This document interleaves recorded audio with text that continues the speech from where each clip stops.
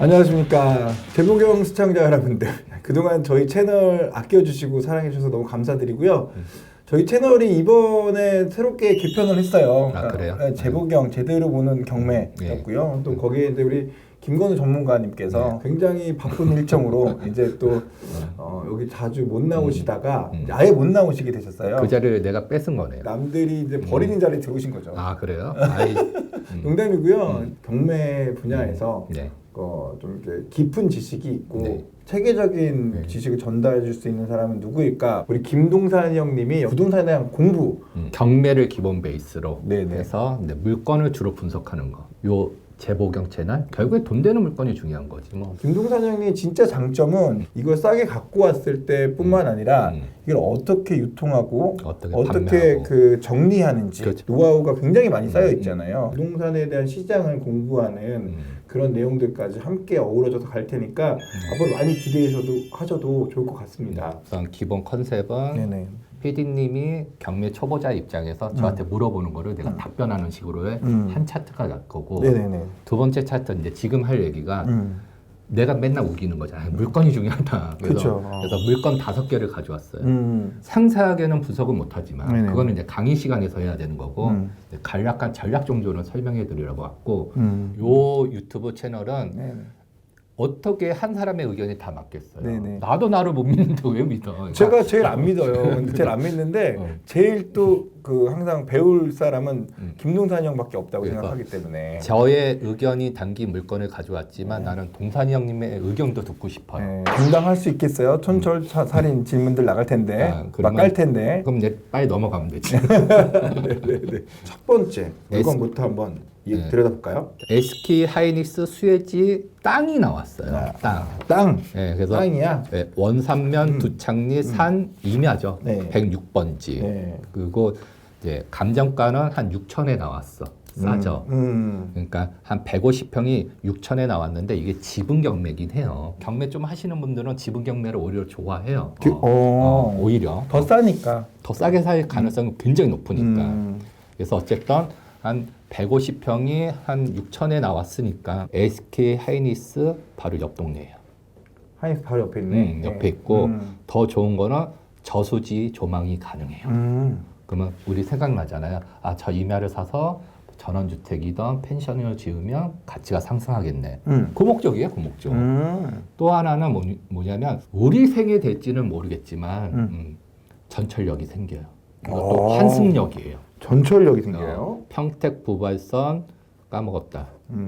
평택부발선, 동탄부발선. 역시 어눌함이 장점인 우리 김동산이 형. 이거를 내가 어떻게 다 기억해. 돈 내는 냄새만 맡으면 돼요. 그 나름 또 깊이 있게 공부를 막 열심히 오타쿠처럼 파거든요. 이분의 매력은 여기 있습니다. 저 오늘 처음 보시는 분들 끝까지 이거 채널 놓치시면 안 됩니다. 그래서 위치 깡패지. 네네. 깡패예요, 위치. SK 아니또 엄청 잘 나가더라고 말이야. 그러니까 저게 이제 착공 들어갔습니다. 그래서 내가 알기로는 인력 15,000명에서 3만 명 들어와야 돼요. 그러면 거기에 또 뭐 유발되는 생산 유발 효과가 클 거 아니에요. 이제 시작이라고. 그 옆에 임야예요, 임야 땅. 그것도 그냥 임야가 아니고 저수지 조망이 가능한 땅이에요. 저수지 조망 좋죠. 그리고 주변에 전철역 생길 예정인데 우리 죽을 때 될지는 모르겠어요. 솔직히 하여튼 생길 계획은 잡혀 있고. 예정.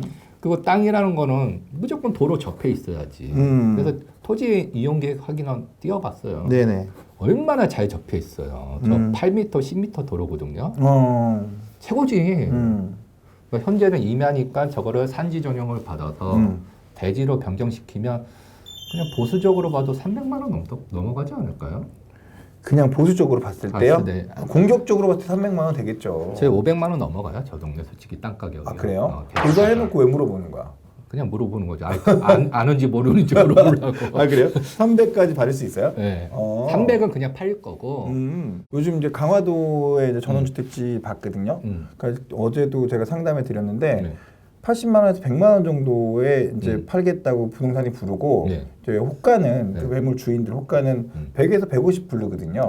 근데 이제 이게 또 말씀하신 그런 저수지 조망이라든지 뭐 바다 조망이라든지 또 산 위에 있다든지 이렇게 좀 니즈가 좀 다 다른데 그 니즈를 충족시키는 건 조금 더 받긴 하더라고요. 그렇죠. 네, 그래서 이제 강화도가 그 정도 가격대고 파주도 그 정도 가격이 거기서 조금 10% 정도 떨어진 게 파주고요.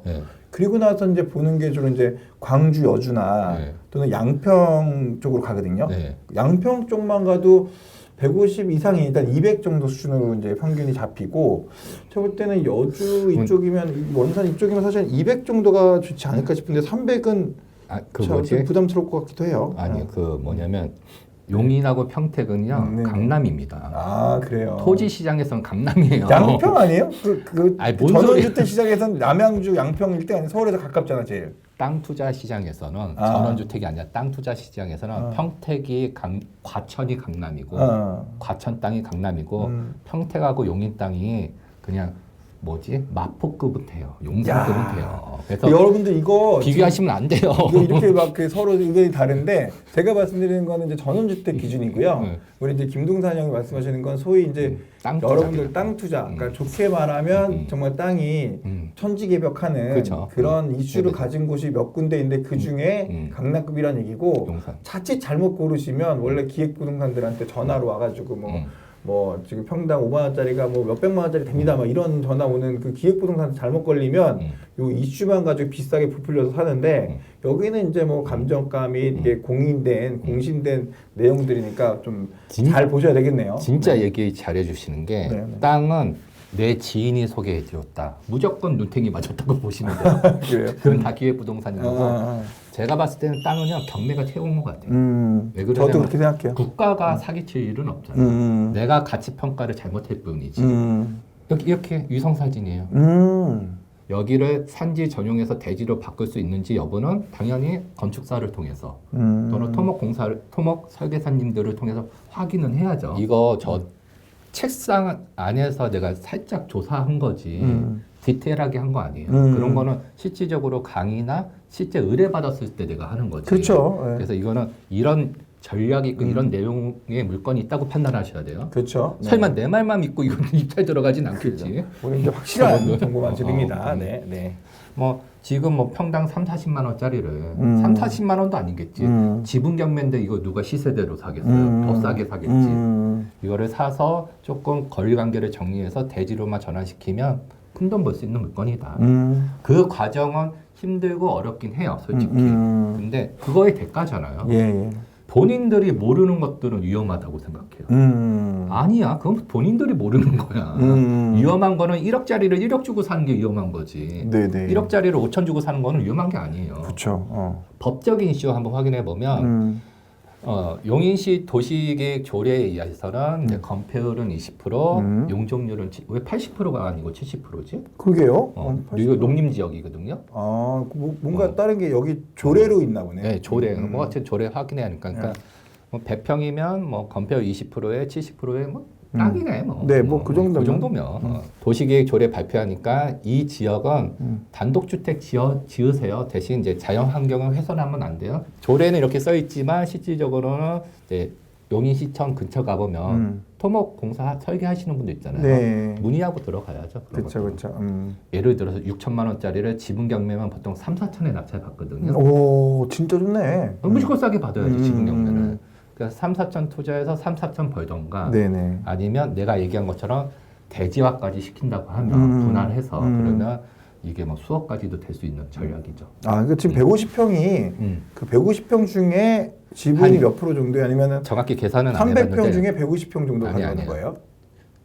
그 소유자가 10명 정도 돼요. 네. 그러니까 부모님이 돌아가시면서 상속받았겠죠. 네네네. 그러니까 전체 대지 면적은 한 1,500평 되는 것 같아요. 1,500평 중에 저희 한 150평 정도 되니까. 그러니까 좋다. 1,500평이면. 10분하고 이제 협의해야 되는데 그거 복잡하지 않아요. 또 그 사람들 중에 또 판다고 나와요. 나한테 싸게.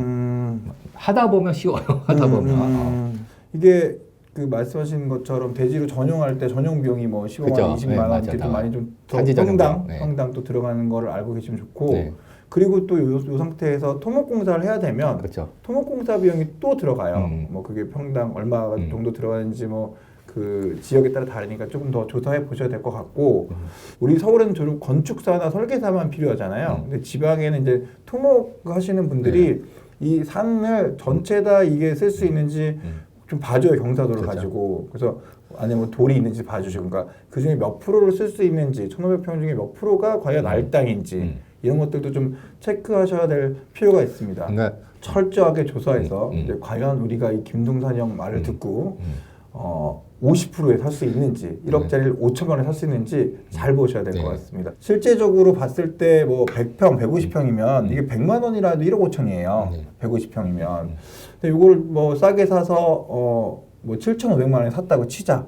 근데 중요한 건 여기 건축비가 오히려 더 이슈가 될 수 있다는 그렇죠. 거죠. 네. 요즘은 건축비가 너무 올라서 1,000만 원씩 받거든요, 평당. 용인 이 일대 땅이 좀 괜찮다 싶은 거는 호가를 500 불러요. 예. 근데 500을 사서 건물을 지었을 때는 사업성은 없습니다. 그런 부분도 참고하시고 제 입장에서는 건물을 예를 들어서 한 50평 정도는 그건 5억이 들어간다는 얘기거든요. 그러니까 7,500만 원 깎아봐야 5억 주고 만약에 건물을 내 집을 지으면 효용 가치가 나오나를 생각해 봤을 때 건물이 한 3, 4년 돼가지고 감가돼서 3억에 나온 것들이 있단 말이죠.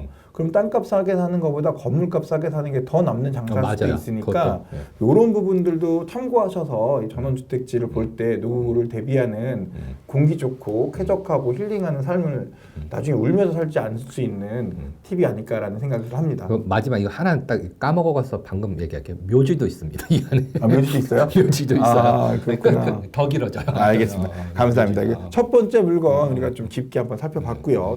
영등포 물레동에 있는 다세대 빌라인데 네.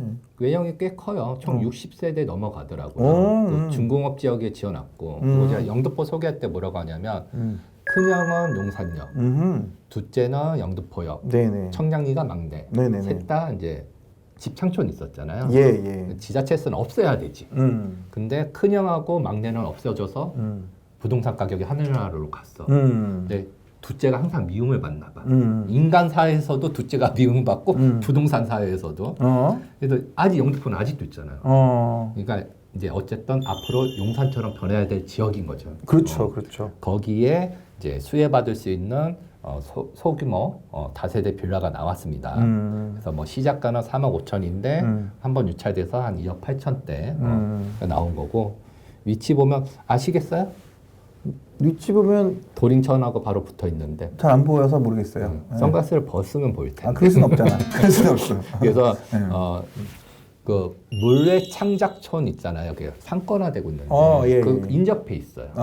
인접해 있고 도림천하고 인접해 있고 그리고 어쨌든 빌라가 뭐 큰 단지일 수는 없는데 어쨌든 잘 지었다고 보고 깜짝 놀란 게 복도 창을 이중창으로 짓는 사람들도 있어요. 그렇죠. 있습니다. 그러면 신경을 굉장히 많이 쓴 거네요, 건축주가. 네, 에너지 등급을 좀 좋게 받으면 농정률 인센티브를 받으니까 그런 게 때문에. 네네네. 구조는 뭐 더 잘하시겠잖아요. 뭐 투룸이지 뭐. 네. 한 10평짜리, 11평짜리에 실면적. 좋네. 잘 뽑았네요. 잘 뽑았어요. 다 이렇게 규격화돼 있고. 복층은 아니고요? 복층은 아니고. 신기하네. 단층으로 하셨네. 네. 그리고 이 일대가 건이 한꺼번에 다 나왔어요. 그러니까 물론 총 60 몇 세대인데 그 중에 한 3분의 23세 정도 나왔는데 네네네. 이 경매도 이런 전략 조금 무식한 전략인데 네네네. 경매의 가장 큰 장점은 싸게 산다는 건데 네. 또 가장 큰 단점은 내가 낙찰을 못 받는 자잖아요. 혓바닥 진짜 그거잖아요. 근데 이런 물건은 최저가를 다 넣는 거야. 최저가로. 그러면 얻어 걸려. 네네네. 제 말 이해하죠? 네네네. 저 어렸을 때 이 투자 되게 많이 했거든요. 노가다잖아요. 싸게만 넣고 낙찰은 안 되고. 근데 계속 23개면 한 3번 들어가면 무조건 낙찰 받아와요. 분명히 이 빠진 것들이 있어요. 그래서 이런 전략. 그러니까 물건 하나면 내가 낙찰 받을 확률이 한 50번 들어가야지 받을까? 근데 그러니까 일괄매 물건이 여러 개 나오면 최저가를 다 집어넣는 거예요. 얻어 걸리라고. 그 확률 되게 높아요. 근데 제가 이제 그게 쉬워 보이는데 시청자님들 그 번이라는 거 몇 개냐는 게 되게 다 개념이 달라요. 말씀하신 대로 50번을 하는 거는 같은 돈을 가지고 계속 놓으면 되는데 한 그 법원에서 같은 날에 10개를 넣으면 그만큼 보증금이 많이 필요하거든요. 그렇죠. 목돈을 가져가야 된다는 거 참고하셔야 될 것 같아요. 쓰는데 죽어요. 네네. 그리고 또 텍스트로 정리해 보면 젊은 층 주거지로 가성비는 굿. 인정해요? 그럼요.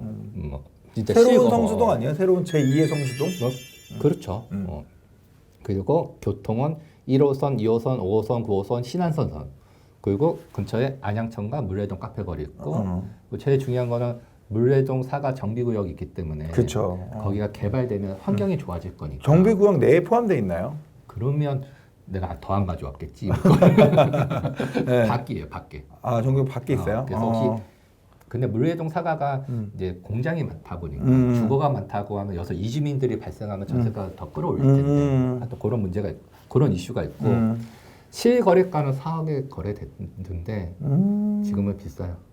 이 금액은. 그래서 반드시 현장에서는 시세는 확인해야 되고 전세는 3억 5천원 맞아요. 그리고 월세가 100이 넘어가는 건 맞아요. 근데 실거래가는 이제 최초 분양 때 시세였던 것 같아요. 근데 현재 시작가는 2억 8천이니까 전세가 이하로 할 수 있다. 2억 8천 정도의 낙찰을 받으면 절대적으로 비싼 것 같진 않네요. 제가 저기 여기 인근에 또 얼마 전에 또 누가 이제 고민 상담 했어가지고 같이 이제 고민 상담이라고 표현하면 그렇고 저도 이제 물건지가 좋은지 봤는데 그 말씀하신 것처럼 그 전세 가격은 2억 후반에서 3억 초반 정도까지 받더라고요. 전세 보증보험 자체가 사실 이제 여기가 좀 이렇게 잘 나와요. 그래서 이런 거 컨디션도 나쁘지 않지. 꼭 사람들의 이미지가 빌라는 조금 그렇잖아요. 네네네. 근데 뭐 이거 누가 봐도 돈 되는 물건 아니에요. 예. 사실 또 정비구역 지정 그 그림 자체도 그죠. 사실 이제 여기가 좀 빠져 있더라도 이 주변이 다 지금 단독주택이 아니 공장 단층들이잖아요. 예. 공장 단층 주인들의 동의를 받기가 쉽지 않아요. 그럼 결국은 뭐 사업성은 나오는데 여기를 개발하려고 하면 결국 머리 쓰거든요. 동의를 맞추기 위해서는 또 이게 지금 오피스텔인가요? 오피스텔이에요. 정확히. 오피스텔이면 좀 쉽진 않겠지만 오피스텔 집어 넣어가지고 만약에 주상복합으로 이렇게 올리잖아요. 주상복합으로 올렸을 때 주택은 못 받아가요. 주택이 아니었으니까. 근데 이제 도정법상 그렇게 나오는데 오피스텔은 오피스텔로 또 받아갈 수가 있어요. 근데 그 의견 나는 똑같다고 보는데 오피스텔하고 빌라를 또 선호도가 틀려요? 빌라가 더 선호도가 높아요? 투자자들이? 빌라를 더 선호도를 높게 보는 이유가 빌라가 비과세 때문에? 그죠. 세금에 대한 할인도 좀 더 있는 편이고. 어차피 5천 먹기인데. 그리고 이제 여기도 월세 받을 사람들 입장에서는 오피스텔 이런 거 생각 잘 안 하지. 일단 요 물건은 이렇게 정리할까요? 네. 싸게 잘 나왔다. 짜잔. 야, 아크릴리버 기대되네요. 살고 싶다. 아니 사고 싶다. 나는 뭐 살고 싶진 않지만 사고 싶다. 아크릴리버 파크. 110동 1603호. 제일 관건은 한강뷰였어요. 근데 한강뷰가 가능한 호수더라고요. 형식적 경매. 그러니까 이제 재산 분할이지. 그게 정외 5명이다 보니까 이제 상속받아서 재산 분할 같아요. 감정가는 51억인데 한 번 유찰돼서 40억 8천. 보통 이런 것들이 뭐 경매가 다 취하되는데 이런 A급 부동산들은. 근데 이거는 재산 분할이어서 취하될 일은 없을 것 같고 4월 1일이니까 뭐 시간 충분해요. 하는 거고 평형대는 34평, 25.7평 하는 거. 아까 불면 얼마에 나왔어요? 40억. 40억. 못해도 50억 해요. 감정가는 지금 51억. 한번 떨어졌네요. 한 번 유찰됐어요. 유찰됐네. 네. 그리고 제일 중요한 게 조개. 한강변. 그러니까 한강뷰네요. 저게 A 타입이더라고요. 그래서 한강뷰 보일 거야. 확인해 봐야겠습니다만은. 현장 가서 확인하는데 분명히 보여요. 근데 한강뷰가 이거 뭐야 직각으로 보는 것보다 한강을 따라서 보는 게 진짜 한강뷰예요. 네, 그런 게 15억, 20억이에요. 돈으로 환산하면. 구조는 포베이에 뭐 흔한 뭐 방 그 3개 화장실 2개짜리 34평 아파트고. 아크로가 지금 원베일리보다 좋은 점을 이제 사람들이 얘기하는 바는 그 한강뷰를 더 많이 배치를 했고 30평형대 그 가성비를 원베일리보다 훨씬 더 잘 갖춰놨다. 원베일리가 우리 거보다 새 거지만 아크로 리버파크를 이길 수 없다는 게 아크로 리버파크 주민들의 이야기입니다. 에이 원베일리가 훨씬 객관적으로 원베일리가 훨씬 비싼데. 더 중요한 건 그걸 만드신 분께서 그렇게 말씀하시더라고요. 본인 자찬이지. 이 프라이드가 뿜뿜이시죠. 그래서 실제로도 그렇다고 합니다. 네. 네, 텍스트로 정리했어요. 별 4개짜리는 뭐야? 이제 실거주용 아파트를 별 4개짜리로 책정했어요. 아까 난 얘기 안 했나? 그리고 상속세 이슈고 이제 실거주용 아파트죠. 투자용보다는 토지거래허가 왜 묶였네 오늘. 상관없네 경매는. 아 좋네. 토지거래는 묶여도 상관없으니까. 국내 2등이라고 했어요. 1등은 어쨌든 원벨이고 압구정이 되면 걔가 1등일 거고. 뭐 1612세대 세대수가 그렇게 많지 않네. 요즘 다 통합으로 하다 보니까 16년도에 준공됐으니까 지금 몇 년도에 25년? 9년 차네 이제 얘도 84A 타입. 그러니까 이거 시청자분들은 이런 것들은 우리한테 의뢰하지 마. 귀찮아. 이런 건 충분히 할 수 있어 개인이. 그러니까 이런 것들은 부동산 가서 84 타입, A 타입, 84 A 타입 가갖고 시세 확인하고. 들어가면 되는 거지. 권리 분석이나 또 문제가 터질까 좀 두려우니까 없어 이거 권리 분석 안전 장치를 위해서 우리 걸고 가시는 분들이 있겠죠. 아 그렇죠. 혼자는 그래도 아무래도 부담스러우니까 그런 분들도 저희 의뢰해 주시면 또 열심히 성심성의껏 분석해서 말씀드리겠습니다. 그리고 한강뷰가 가능할 거라고 보고 이게 제일 중요해요. 이것 때문에 10억이 왔다 갔다 거리니까 이거 눈으로 확인하셔야 되고. 실거래가는 안 가져왔어요. 그냥 헷갈려갖고. 네이버 시세는 한 50억 나오더라고요. 그렇죠. 요즘 뭐 그 정도. 30평대가 50억.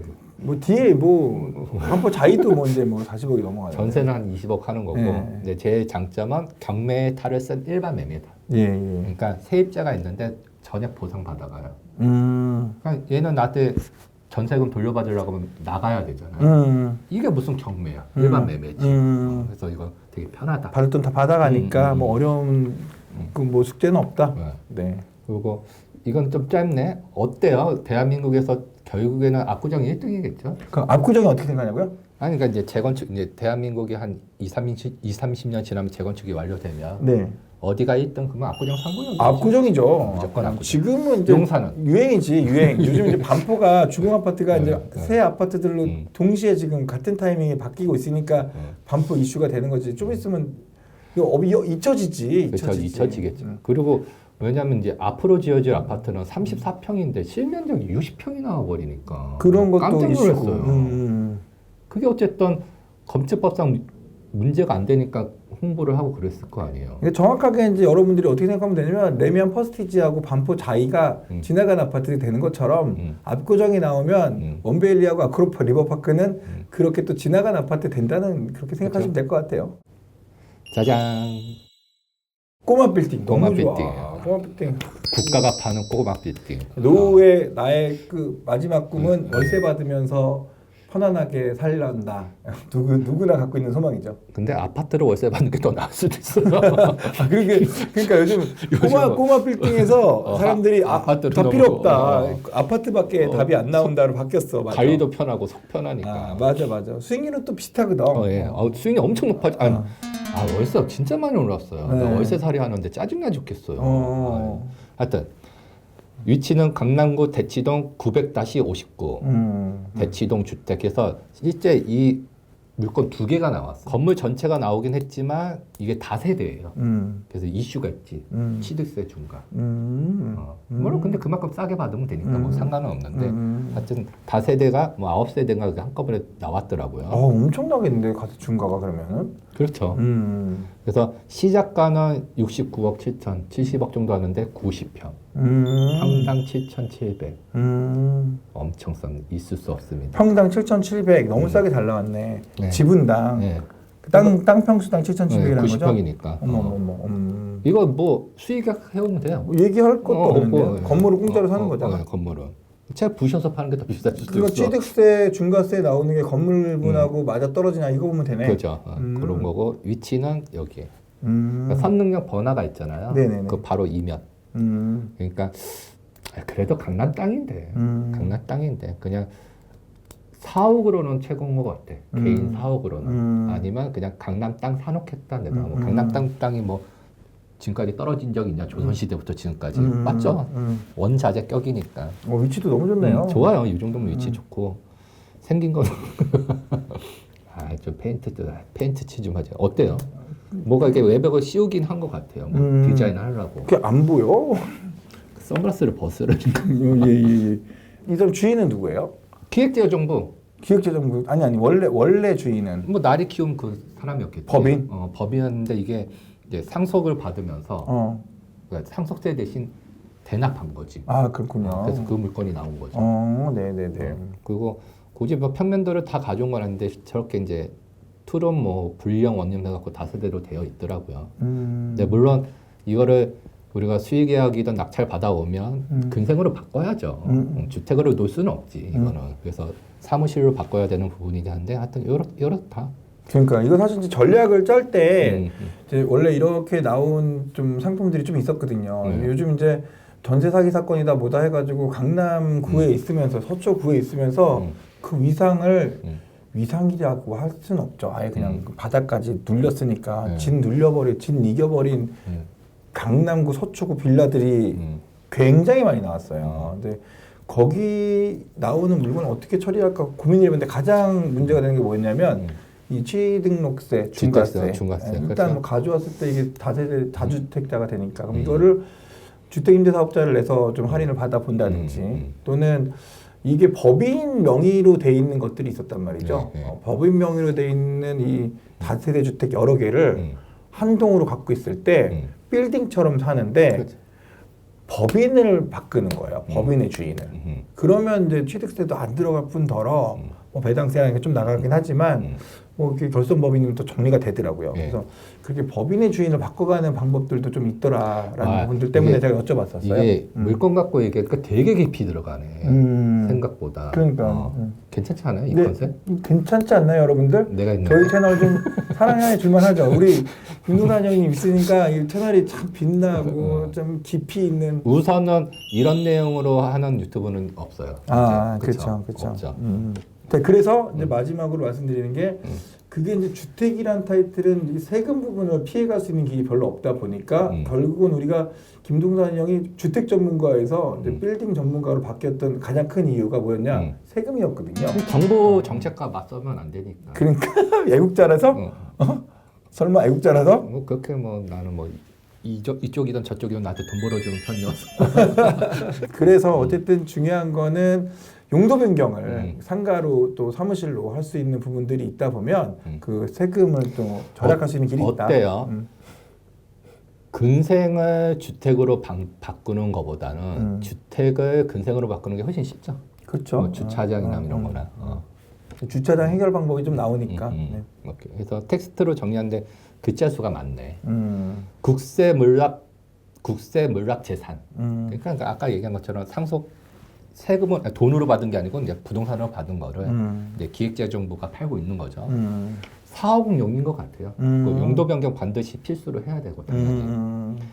거래 사례를 보니까 그냥 평당 1억 원 부르니까 한 90억 정도 할 것 같은데 한 칸 더 내려가면 입찰가액은 70억이다. 그러니까 평당가는 7,750 정도 되니까 시세보다 훨씬 싼 거죠. 이게 무슨 경매야. 솔직히 국가가 파는 건데. 공실이에요, 전부 다. 뭐 하나는 조금 있긴 하지만 이거를 그래도 이제 가치 평가를 하고 이제 수익 환원법으로 계산을 해봤는데 10만 원 잡았어요. 10만 원 잡았을 때 수익률 3%로 계산하면 55억 6천에 사야 되는데 이거는 숫자 얘기, 그냥 숫자적인 장난인 것 같고 저금액일 수는 없고. 등장하지 않으면 믿지 말라고 하지 않았어요 원래? 숫자로 설명해야 된다고 항상 얘기해요. 제가 항상 이럴 때 이렇게 얘기하고 저럴 때 저렇게 얘기하고 그거는 고수는 다 그렇게 얘기해. 그냥 알아서 들으면 돼요. 알겠습니다. 하여튼 실수 없는 말씀을 하시니까 우리 믿고 따라가죠. 네. 하고 우선은 이제 다주택 이슈가 있잖아요. 이게는 건물 하나를 사는 게 아니고 다세대 9개를 한꺼번에 사야 되니까 했을 때 그럼 진행은 어떻게 시킬 것이냐니까 요번에 유찰됐고 한 번 더 같은 금액으로 진행해요. 그 다음부터는 이제 10%씩 저감시킬 거예요. 그래서 50%까지 떨어질 수 있으니까. 공매인가요? 공매죠, 공매. 그 물건 내역을 봤더니 203호, 303호가 불량 원룸이고 나머지가 투룸이고 501호는 쓰리룸이네. 주택으로 이제 활용했던 것 같아요. 그러니까 월세 수익률을 높이려고 했던 것 같아요, 솔직히. 그래서 이제 다시 거론하는 게 다주택 취득세 중과 이슈가 있다. 근데 고민하지 말자. 이거 계산해서 이거보다 싸게 받으면 된다. 그렇죠. 경매, 공매 장점은 제외 비용을 조금 털어낼 수 있는 게 있잖아요. 네. 그리고 잔금전에 용도 변경이 가능할까는 이제 기획재정부하고 협의하는데 뭐 CI도 안 먹히겠죠. 뭐. 안 되는 거죠. 그냥 이대로 가져가 그러고. 구청 업무 행정 업무 자체가 그게 그렇죠. 안 되니까. 그러니까 그냥 옅은 유찰이라고. 그렇죠. 얼마나 나올까요? 다소책 그러니까 취득세 하면 한 2, 3억 나올래나? 그거는 계산을 안 그건 이제 해봤거든요. 세무사한테 저희가 또 연결시켜가지고 상담을 시켜드리니까. 그럼 내가 이거를 70억에 살 거여서 세금이 한 5억 나온다. 그러면 나는 65억에 사면 되잖아요. 그렇죠. 그러니까 이거는 뭐 별 이슈 없어요. 크게 아까 말씀하신 것처럼 건물을 공짜로 갖고 오는 거 토지대도 너무 싸게 지금 갖고 오는 토지대 일단 토지대 자체가 7천만 원대면은 그쵸. 너무 싸잖아 대치동인데. 네. 그러니까 이 같은 물건이 하나가 더 있어요. 거기는 조금 더 위치가 좋긴 해요. 근데 덩치가 커서 내가 일부러 안 가져온 거고. 이제 현황에서는 이제 401호 임차인이 있는데 올해 6월이 이제 전세 만기나 봐요. 네네네. 그 나머지는 공실 연장하실래나? 그래도 21년부터 살았는데 네. 끝난 거겠죠? 연장하겠죠. 21년부터 살았는데 4년이 넘었는데 자동 연장되는 거 아닐까요? 그 사람들 저 같으면 안 나갈 것 같은데 그때부터 들어왔으면 좀 올랐잖아요. 그러면 아니면 21년도에 들어왔으면 한 번 떨어졌다. 21년도에가 최고 전세 가격이 높을 때였거든요. 전세 사기 사건 나기 전이잖아. 그러니까 전세 사기 사건 때문에 나기 전이 아니고 전세 사기 사건 나고 나서 임대차 보증 보험이 실효되기 전이니까 쿡 떨어지기 전이네. 높겠네요. 여튼 어쨌든 저 한 명 한 2천만 원 더 줘. 네네. 나가겠지. 네네네. 역시 그러지 않을까요? 2천씩이나 주거용인데 한 1,000만 원 드리면 되지 않을까? 500에서? 뭐 나도 싸게 샀는데 뭐 빡빡하게 세입자도 먹고 살아야지. 후한 척한다 혼자. 하여튼 뭐 큰 이슈는 없을 것 같아요. 나는 충분히 해결할 자신 있어요. 예예. 그러니까 그렇죠. 그 정도. 정도면 충분하죠. 그래서 이런 물건 이것도 뭐 진행형이니까. 그래서 뭐 관심 있는 분들은 뭐 전화 주시면 되고. 네네. 근데 이런 거는 솔직히 의뢰해야 돼요. 왜냐하면 수많은 것들을 검토해야 되니까. 아까 뭐 아크로 리버파크는 뭐 그렇다 쳐도 이런 것들은 의뢰하시면. 네네. 저희 의뢰라기보다는 저희 그 컨셉은 이렇게 낙찰 받을 때까지 저희가 이제 그 컨설팅 그러니까 그 관리 도움을 드리고 또 거기에 따라서 이제 매달 저희가 이제 수요일에 강의가 있는데 그걸 뭐 약 2년 정도까지는 무료로 들을 수 있게 저희가 이제 그때 시간 되실 때 오시면 여유 있게 들을 수 있는 아주 후한 컨셉의 어떤 그 수익 구조를 저희가 만들어 봤으니까 많이 참여하셔서 정말 가성비 좋은 상품 많이 이용해 주셨으면 좋겠습니다. 요즘 세상 돈 되는 MPL. 그렇죠. 잠실 아파트를 가져왔는데 이거를 제 와이프를 설명을 했는데 설명 못 하겠더라고. 왜요? 못 알아먹어. 아무리 쉽게 설명을 하려고 해도 유튜브 보면 알아요. 그래서 내가 답답해하고 시청자분들은 이해하겠죠. 네. 와이프는 이해를 못해요. 네. 힘들더라고. 아니, LP를. 사실 그 미모가 출중하셔서 그 똑똑하실 필요까지 있나요? 너무 힘들었어. 그래서 잠시 리센츠 대장이죠. 잠실은 엘스, 리센츠, 트리지움, 파크리오 맞나? 맞죠. 네. 갤러리포레 저쪽이구나. 갤러리포레가 아니 아파트 이름은 어렵게 지어. 아이 복잡해 죽겠어. 갤러리아가 있죠, 갤러리. 하여튼 그런 건데 그 중에서도 대장주. 그러면 사람들이 왜 리센츠가 대장주야 하면 저는 가장 큰 이유 두 개를 뽑으면 동간거리가 그나마 나요. 다 이상해. 동간거리가 이상하지만 그나마 동간거리가 조금 괜찮고 그 다음에 초중고가 같이 한꺼번에 다 있다는 거. 왜냐면 고등학교 그 학급수가 2개인가 3개밖에 안 된다고 하지만 어쨌든 그래서 어쨌든 잠실에서는 리센츠가 대장주고 또 이제 여러분들이 아파트 시세를 가늠하고 싶잖아요. 오를지 떨어질지 그 가늠자 역할을 방향을 제시해 주는 게 잠실 아파트예요. 그래서 잠실 아파트가 오르면 나머지도 쭉 따라 오르고 떨어지면 같이 떨어지고 그래서 그런 2인자 그런 느낌에 있는 아파트고 좋은 아파트죠. 너무 좋은 얘기만 했나? 이진 대장. 강남 소초는 아니지만 송파 대장. 그래도 시세를 주도하니까. 네네. 강남 시세도 얘네가 주도를 하니까. 그러니까 삼성역하고 가까이서 어떻게 보면 삼성역하고 가까운 위치 로케이션으로 보면은 삼성에 버금가는 어떤 그 주거 환경을 갖고 있지 않나. 근데 너무 장점만 얘기했는데 단점 얘기하면 네네. 한강변 아파트인데 한강변 아파트라고 못 불려요. 왜냐면 그 당시만 해도 한강뷰를 안 살리고 시공을 했기 때문에 그게 좀 단점이고. 그리고 얼마 전에 김재경 소장님 만났는데 말씀하시더라고요. 여기가 엘리트가 커뮤니티가 없다 그러던데. 커뮤니티 없는데 최근에 뭐 요따맣게 만들었을 것 같은데. 아, 그렇죠. 맞아요. 커뮤니티도 없었어요. 그러니까 이 당시 잠실 아파트는 그냥 아파트만 때려치는 거죠. 그 우리 동산이 형 그 배 띄워놓은데 건너편에서 내가 막 뭐라고 했잖아요. 저걸 아파트냐고? 저거 병풍처럼 만들어놔갖고 저거 그렇죠, 누가 허가내줬냐고. 근데 이때는 그런 시절이었죠. 네네네. 이제 앞으로는 이렇게는 못 짓고 지금은 안 되고 또 그렇게. 2만 세대 감당 가능하시겠어요? 지금 욕 먹을 텐데 지금 파크리오까지 총. 내 차례는 아닌데. 네. 하여튼 그런 거고. 네네. 이게 이제 아파트를 사오는 게 아니라 이제 근저당을 사오죠. 예. 그런 컨디션이에요. 살짝 정리했는데 우선은 매입하려고 접근했는데 아파트 가격이 폭등하니까 안 팔겠다고 은행에서 하더라고요. 하여튼 너무 빨리 올랐어 가격이. 하여튼 이제 84 타입 34평 아파트 대출이 22억 나갔어요. 21억 7천. 무조건 안전하지. 그거 연체 이자는 이자도 높아요. 그 연체 이자는 요즘 법적으로는 3% 이상 못 받으니까 9% 채권 사는 거죠. 9% 21억 7천 주고 21억 7천도 우리 돈 다 안 들어가잖아요. 70%또 질권 대출 받을 수 있잖아요. 하여튼 그런 거고 실거래가를 봤더니 21년 9월 왜 21년 9월이지? 그 이후에 없었나? 없었나 보지 뭐. 내가 써놨는데 내가 까먹었네. 없었을 수가 있나 근데. 그러니까 하여튼 26억 정도가 죄송합니다. 21년 9월이 근저당 설정일입니다. 역시 실거래가입니다. 이 맛이 김동산이 형 맛입니다. 이거 이렇게 바꿔야지. 이 맛이 기아도 할 얘기가 맞아요. 준비했잖아 이거 손가락 모양. 21년 9월 달이면 안 좋았을 때인가 경기가? 아파트 경기가? 아니요. 좋았을 때인가? 피크죠. 피크 21년 9월이면. 하여튼 대출은 잘 안 해줬을 거예요 아마. 그러니까 담보력이 있어도 실 대출 금액은 21억 7천. 근데 채권 1.2 해주잖아요. 그때 21억 대출을 받았다고요? 받은 거예요. 굉장히 많이 받은 거죠 그러면. 네. 그때 당시에 그러면은 그때가 27억 됐을라나? 이 정고점이 얼마였더라 여기가? 그 정도 될 것 같은데. 요즘 아파트 시장은 24억이나 27억이 정고점일 것 같은데 21억 받았으면 굉장히 많이 받은 거 아닌가요? 그래서 이자가 비쌌나 보다. 사업하시라고 받으시나 보다. 하여튼 근저당 채권 최고액이 26억 400. 그러면 이거보다 이 아파트가 싸게 팔리면 우리는 이거 살 수가 없고 비싸게 팔려야 살 수 있는데 지금은 명확하지 지금 30억 찍었는데.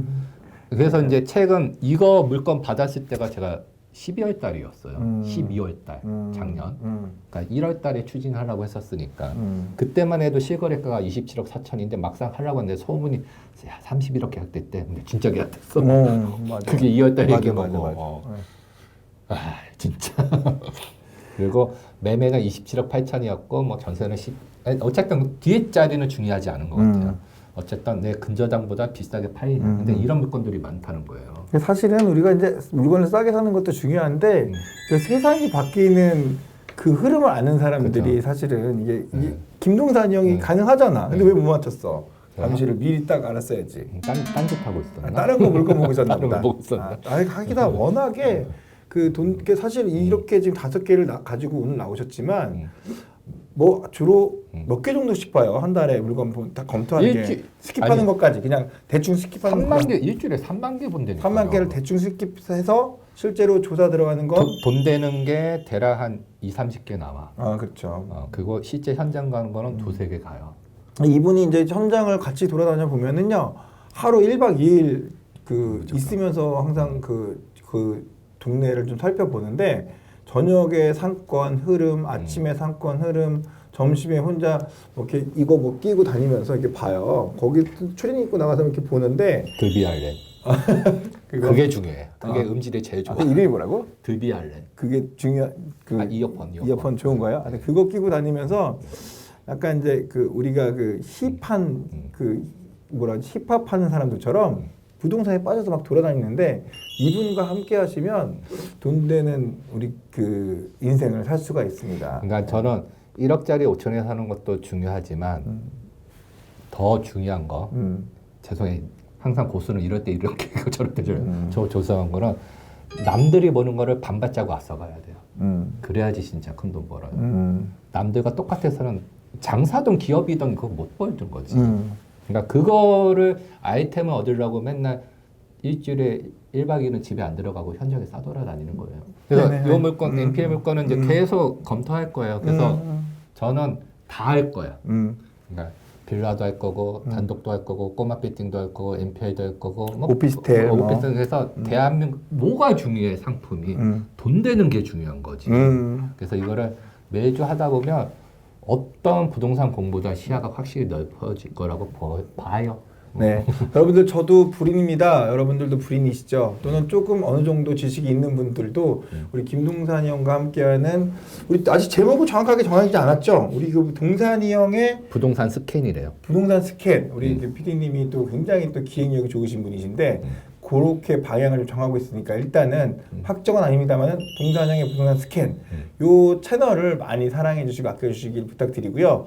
구독, 공유 이런 거 많이 좀 부탁드립니다. 좋아요 뭐 이런 거 당연히 하실 것 같고 댓글 굉장히 중요하더라고요. 이거 사실은 우리가 구독을 구걸해야 돼. 아 그래요? 안 그러면은 이제 공유해 주시고 댓글 안 달아주시면 이 유튜브란 이놈이 이분이 알고리즘에 좀 좋게 안 해주더라고. 아무리 좋은 내용이 있어도 댓글이 중요해요. 네, 우리 뭐 내용도 좋으니까 잘 성장할 수 있도록 많은 사랑 부탁드리고요.